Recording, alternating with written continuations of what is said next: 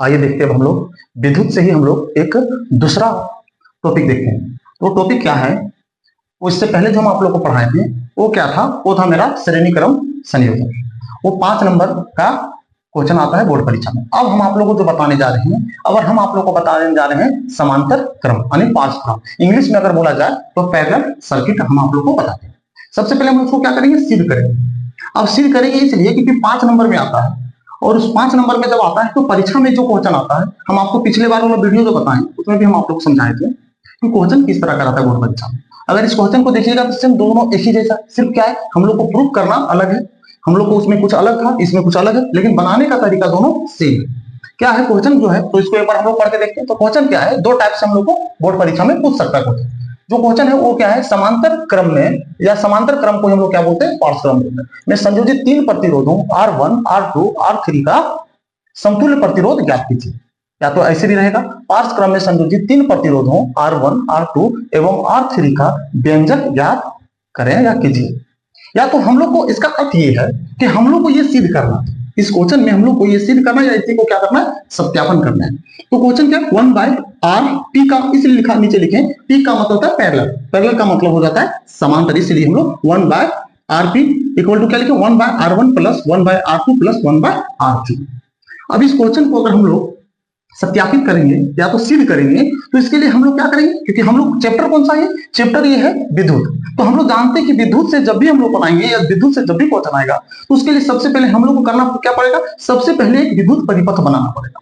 अब हम आपको बार बार बता रहे हैं कि विद्युत परिपथ बनाने के लिए क्या करना पड़ेगा, विद्युत परिपथ बनाने के लिए हम लोगों को क्या करना पड़ेगा, उसमें हम लोग को कुछ चीजें लेना पड़ेगा। तो क्या क्या लेना पड़ेगा, तो उसमें हम लोग को बैटरी लेना पड़ेगा, बैटरी के साथ साथ में हम लोग को क्या लेना पड़ेगा, स्विच लेना पड़ेगा, ए मीटर लेना पड़ेगा, वोल्ट मीटर लेना पड़ेगा, उसके बाद उसमें प्रतिरोध लेना पड़ेगा। तो क्योंकि हम क्वेश्चन में 3 प्रतिरोध लिए, R1, R2 और R3, इन 3 प्रतिरोधों की मदद से हम लोग सबसे पहले क्या करेंगे, एक विद्युत परिपथ बनाएंगे। आइए सबसे पहले हम लोग विद्युत परिपथ बनाते हैं। तो विद्युत परिपथ बनाएंगे सबसे पहले, तो देखिएगा हम लोग सबसे पहले क्या करेंगे इसमें, तो देखिएगा सबसे पहले हम लोग प्रतिरोध लेते हैं।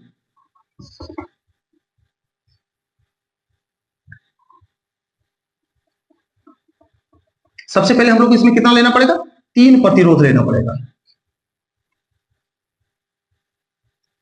ये पहला प्रतिरोध हो गया। एक और प्रतिरोध ले लेते हैं, इसी माप का ले लेते हैं।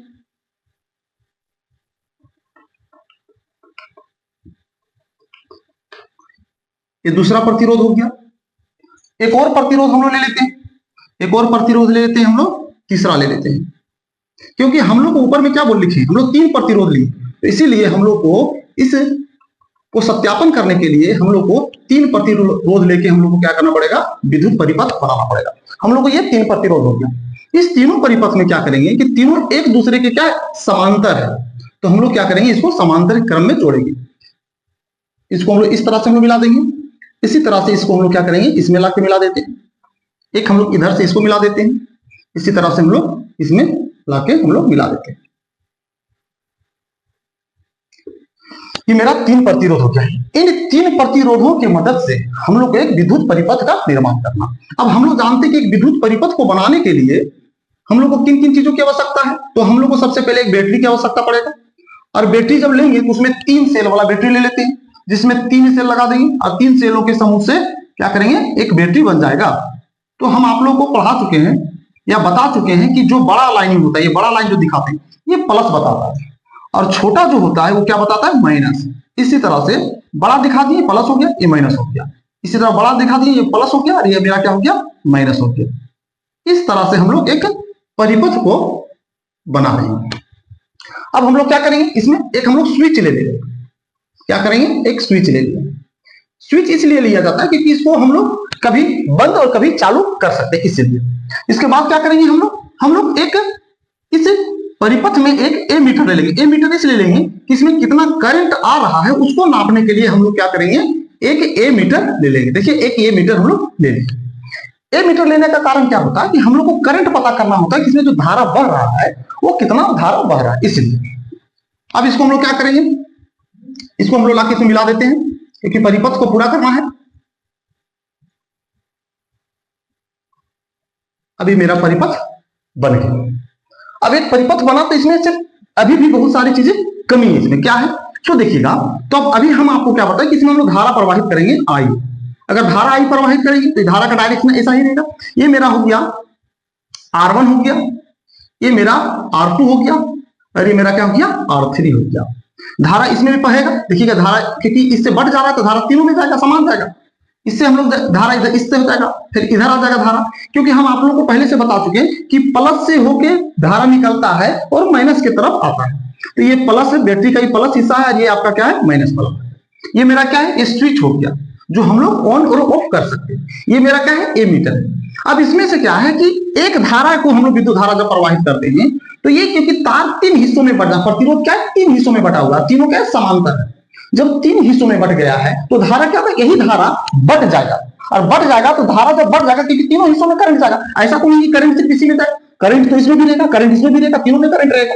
जब तीनों में करंट जाएगा तो यही बढ़ के क्या हो जाएगा, एक हो जाएगा I1 मान लेंगे इसको, एक को हम लोग I2 मान लेंगे, और एक को हम लोग क्या मान लेंगे I3 मान लेंगे, क्योंकि तीनों धारा बढ़ के जाने लगे। अब ये तीनों धारा जब जाएगा तो ध्यान दीजिएगा एमीटर धारा को तो माप लेगा, लेकिन हम लोग कैसे जानेंगे कि इसके बीच में और इसके बीच में कितना वोल्टेज जा रहा है, क्योंकि हम आपको बताए थे कि वोल्टेज को नापने का काम कौन करता है, वोल्टमीटर। बताइए इसका यहां से, क्योंकि दो बिंदुओं के बीच में हम लोग को वोल्टेज पता करना होता है, तो जब भी वोल्टेज पता करना होगा तो हम लोग यहां से लेके यहां तक जो भाग है इसमें हम लोग पता करेंगे कि इसका वोल्टेज कितना है।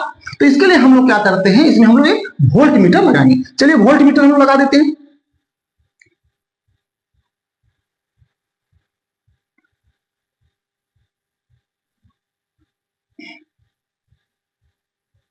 हम लोग क्या करेंगे, इसमें वोल्टमीटर लगाएंगे। चलिए एक वोल्टमीटर ले लिए, और ये वोल्टमीटर क्या काम करेगा, मेरे दोनों सिराओं के बीच में जो करंट जाता है, यानी वोल्टेज जो कितना जा रहा है, करंट जा रहा है, उस करंट के बाद जो कितना वोल्टेज है इस वोल्टेज को मापने का काम करेगा।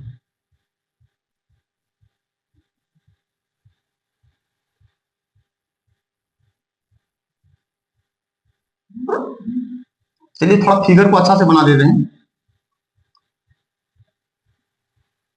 ये मेरा ओके। अब इस तरह से हम लोग क्या करेंगे, अब धारा इसमें जा रहा है तो धारा इसमें, करंट इसमें भी जाएगा, इसमें भी जाएगा, करंट इस तरह से जाएगा। ध्यान दीजिएगा ये डायरेक्शन दिखाना बहुत जरूरी है, क्योंकि प्लस से होकर माइनस की तरफ जाना जरूरी है, ये भी ध्यान में रखिएगा। तो ये है, ये आपको क्या है, ये प्लस से होकर जा रहा है और माइनस तरफ से निकल रहा है। इसी तरह से इसमें देखिएगा तो ये प्लस है और ये निकल रहा है किधर से, माइनस। अब इसी तरह से ये आपका आ जाएगा माइनस तरफ। तो धारा का प्रवाह जो प्रवाह होता है वो प्लस से माइनस की तरफ होता है, ये तो हम लोग जानते हैं। अब हम लोग एक विद्युत परिपथ को पूर्ण रूप से बना दिए। अब देखिएगा इस विद्युत परिपथ को बनाने के बाद इसका हम लोग क्या करेंगे, सत्यापन करेंगे। सत्यापन इसलिए कर रहे हैं क्योंकि हम लोग सिर्फ फार्मूला जानते हैं कि 1/r बराबर, या r भी बोलिए, 1/r बराबर 1/r1 plus 1/r2 plus 1/r3 आया कैसे। तो हम लोग जानते हैं कि ये क्या है, ये पास क्रम में संयोजित है, क्योंकि ध्यान दीजिएगा पास क्रम इसलिए बोलते हैं समांतर क्रम में, क्योंकि हम लोग जानते हैं कि जब दो लाइन एक दूसरे से कभी नहीं मिलती है तो ऐसे दो लाइनों को हम लोग क्या बोलते हैं, समांतर लाइन बोलते हैं, समांतर रेखा बोलते हैं।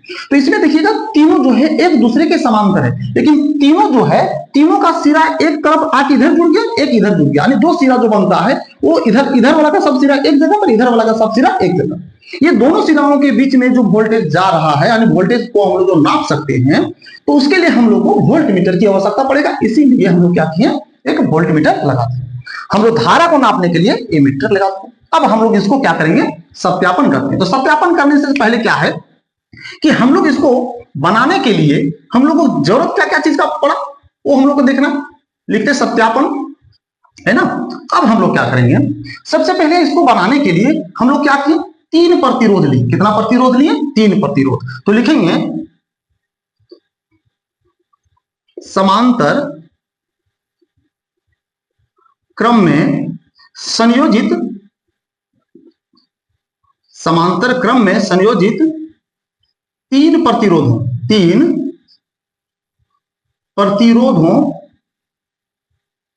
क्या है, R1 R2 एवं R3 का एक परिपथ बनाएं। क्या बनाएं, एक परिपथ बनाएं, या इसी को हम लोग बोल सकते हैं विद्युत परिपथ बनाएं। अब जब परिपथ बनाएं तो क्या किए इसमें, तो लिखेंगे परिपथ बनाएं जिसमें हम लोग क्या किए इसमें, जिसमें विभवांतर भी ली। बताए दो बिंदुओं के बीच में जो वोल्टेज आता है उसको क्या बोलते हैं, विभवांतर, यानी इसको क्या बोलते हैं, वोल्टमीटर बोलते हैं। हम लोग क्या किए, वोल्टमीटर लिए, वोल्टमीटर को हम लोग क्या बोलते, विभवांतर बोले, जिसमें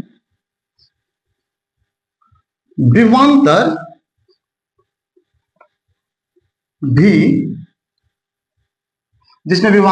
भी तथा कुल विद्युत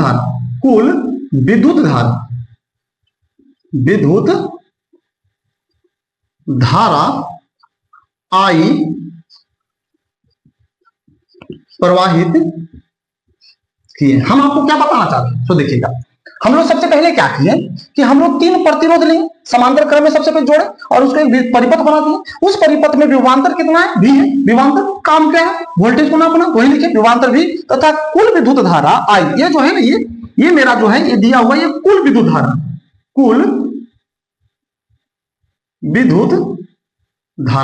ये मेरा क्या है, कुल विद्युत धारा। अब जब कुल विद्युत धारा जब प्रवाहित होकर जाता है तो ये 3 हिस्सों में बढ़ जाता है। एक हो जाता है I1, I2 और I2, वही लिखेंगे। कुल विद्युत धारा I प्रवाहित किए जो प्रत्येक शाखाओं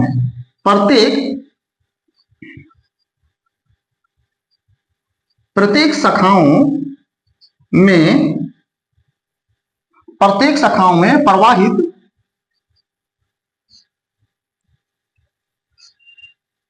विद्युत धारा I1,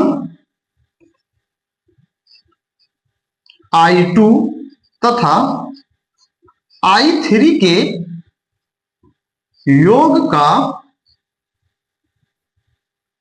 बराबर है। क्या हम लोग लिखें कि जो I है, जो कुल विद्युत धारा है, वो I1, I2 और I3 जो तीनों शाखाओं में जो बह रहा है, तीनों सिरा में जो बह रहा है, वो तीनों मिला के कुल विद्युत धारा के बराबर है। कहने का मतलब ये है कि देखिए I1, I2 और I3 जो 3 धारा जो बह रहा है तीनों सिरा में, तीनों शाखाओं में, क्या इसी से तो टूट के निकला है ना। इसका मतलब यही तो तीनों में दिया है। अगर हमें तीनों को मिला दिया, जोड़ देंगे तो क्या हो जाएगा, इसके बराबर हो जाएगा।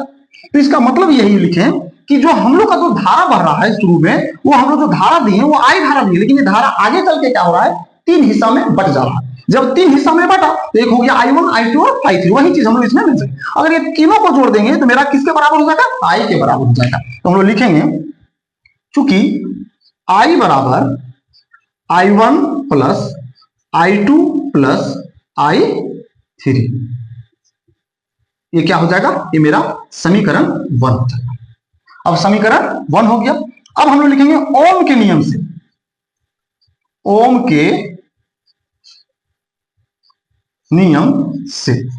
अब बताइए ओम के नियम से हम लोग क्या जानते हैं, ओम के नियम से हम लोग जानते हैं, वो देखिएगा इसमें, तो ओम के नियम से I बराबर क्या होता है, V बाय R, फॉर्मूला यही होता है। ये मेरा हो जाएगा समीकरण 2 हो जाएगा। ये क्या हो जाएगा, समीकरण 2। अब चलिए हम लोग देखते हैं ओम के नियम से। तो ओम के नियम से क्या होता है, I बराबर V बाय R। चलिए इसको मिटा देते हैं, इसको ऊपर लिख देते हैं क्योंकि ये दिख नहीं रहा होगा। इसको हम लोग क्या करते हैं, ऊपर लिखते हैं। क्या होता है, ये होता है I बराबर V बाय R। ये होता है समीकरण हो गया 2 हो गया। ये कैसे लिखे, ये हम लोग ओम के नियम से लिखे। अब बताइए इसमें क्या है, तो देखिएगा I बराबर दिया हुआ है, तो I मेरा जो दिया हुआ है, अब हम इस पैटर्न पर अगर हम निकालते हैं, धारा को निकालते हैं, तो मेरे पास धारा 3 दिया हुआ, एक दिया I1, एक दिया I2 और एक दिया I3 दिया हुआ। हम लोग ये जान रहे हैं, तो हम लोग सबसे पहले I1 के लिए निकालेंगे। तो I1 के लिए अगर हम लोग निकालते हैं, देखिएगा क्या है, I1 के लिए अगर हम लोग निकालेंगे तो क्या होगा, तो I1 बराबर फॉर्मूला ये मेरा है, तो इसी पर बैठाएंगे V बाय, क्योंकि I1 के लिए प्रतिरोध कितना, तो I1 के लिए प्रतिरोध दिया हुआ R1, कितना दिया हुआ R1।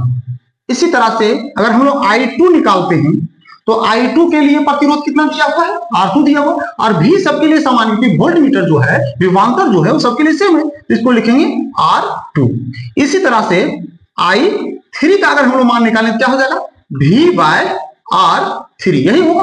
हम लोग क्या करेंगे, हम लोग बच्चा क्लास में जिस तरह से जोड़ते उस तरह से जोड़ते, तो बहुत आसान है, इसको जोड़ देना है। इसको क्या करना है, जोड़ना है। वही लिखेंगे जोड़ने पर, ये बहुत आसान सा तरीका, जोड़ देते।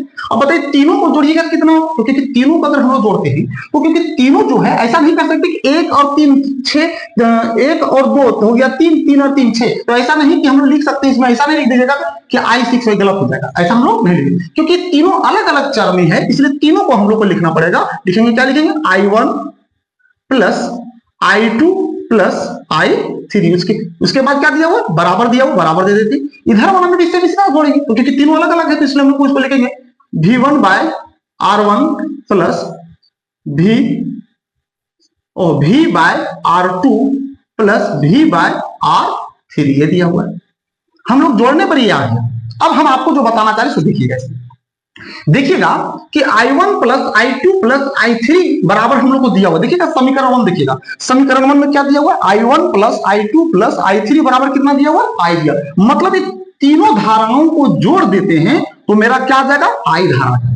तो हम लोग क्या करेंगे इसमें, तो देखिएगा इतना के जगह पे हम लोग क्या लिखेंगे, I लिखेंगे। तो लिखेंगे कैसे, यहां सबसे पहले लिख लेते हैं, ध्यान दीजिएगा। यहां हम लोग क्या करें, लिखेंगे समीकरण 1 से, समीकरण 1 से। अब समीकरण 1 से इसको क्या कर देंगे, डायरेक्ट लिख देंगे हम लोग, I लिख देंगे, और बराबर इधर क्या लिखेंगे, लिखेंगे V by R1 plus V by R2 plus V by R3।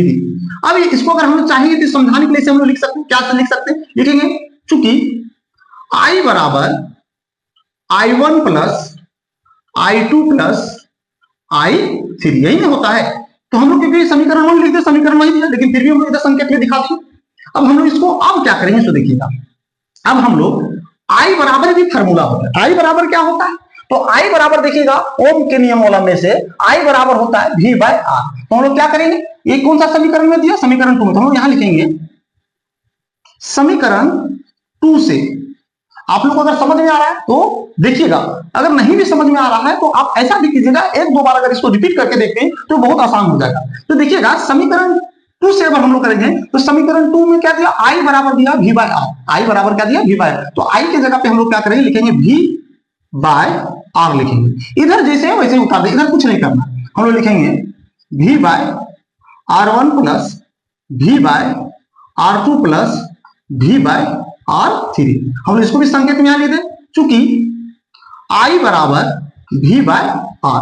इसका मतलब ये था कि V को हटाएंगे और उसके जगह I को हटाएंगे और उसके जगह पे क्या लिख देंगे, V बाय R। वही की I को हटा दें उसके जगह पे V बाय R लिख देंगे। अब हम लोग क्या करेंगे, तो देखिएगा V बाय R इसी तरह देंगे, इधर का इधर तीनों में भी है तो हम लोग क्या करते हैं, V कॉमन निकाल लेते हैं। कॉमन का मतलब जो सभी चीजों में मिलेगा उसको हम लोग बाहर निकाल देंगे, तो हम लोग V को बाहर निकाल देंगे। अब देखिए V अगर बाहर निकल गया तो इसके नीचे कुछ एक बांध सकते हैं, तो V जब बाहर निकल गया तब क्या बच गया, 1 by R1 plus 1 by R2 plus 1 by R3, यही ना बचेगा। अब हम लोग कह रहे हैं V से V इस तरह कट जाए, अगर आप जानते थे इस तरह कट जाता, अब कट गया तो यहां से क्या है, एक बार में कट गया, दोनों ही कट गया। अब क्या बच गया, तो देखिएगा हम लोग के पास बच गया 1 बाय R बराबर, देखिएगा यहां से क्या बचा, 1 by R1 plus 1 by R2 plus 1 by R3, यही हम लोग के पास बच गया। हम लोग को प्रूफ यही करना था, लेकिन हम लोग इसको ऐसे भी लिख सकते हैं, क्या लिखेंगे, 1 बाय R, यहां लिख देंगे P। P का मतलब होता है पैरेलल, यानी समांतर, बराबर 1 by R1 plus 1 by R2 plus 1 by R3, यही हम लोग को प्रूफ करना था। इसी को हम लोग क्या करना था, सत्यापन करना था। बस आपको क्या है सो देखो बता देते हैं। आप इसको अगर 1 से 2 बार अगर आप बना लेते हैं कॉपी पे तो ये बहुत आसान हो जाएगा, क्योंकि इसमें थ्योरी ज्यादा नहीं है, बहुत सारे ऐसे हैं जिनको लगता है बहुत ज्यादा है। आप लोगों को बार बार बता रहे हैं, जब भी ये थ्योरी लिखते हैं तो आपको जो जो चीजें लिए हैं आपको बस उतना ही लिखना है, और आप अपने शब्दों में भी लिख सकते हैं, जरूरी नहीं कि जैसा लिखा गया वैसा ही लिखना। आप अपने शब्दों में एक सटीक शब्द को जोड़कर लिख दीजिए, वो काफी है। सिर्फ बनाने का जो प्रोसेस है वो आपका सही होना चाहिए, सत्यापन करने का जो तरीका है वो सही होना चाहिए। चलिए आपका